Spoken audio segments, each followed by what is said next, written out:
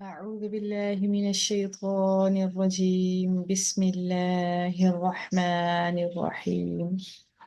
رب اشرح لي صدري ويسر لي أمري واحلل عقدة من لساني يفقه قولي. رب زدني علما اللهم فقهنا في الدين. آمين يا رب العالمين. الحمد لله والصلاة والسلام على رسول الله صلى الله عليه وآله وسلم. السلام عليكم ورحمة الله وبركاته.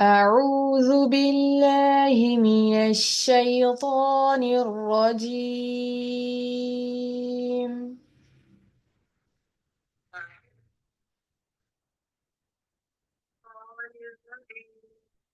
بسم الله الرحمن الرحيم.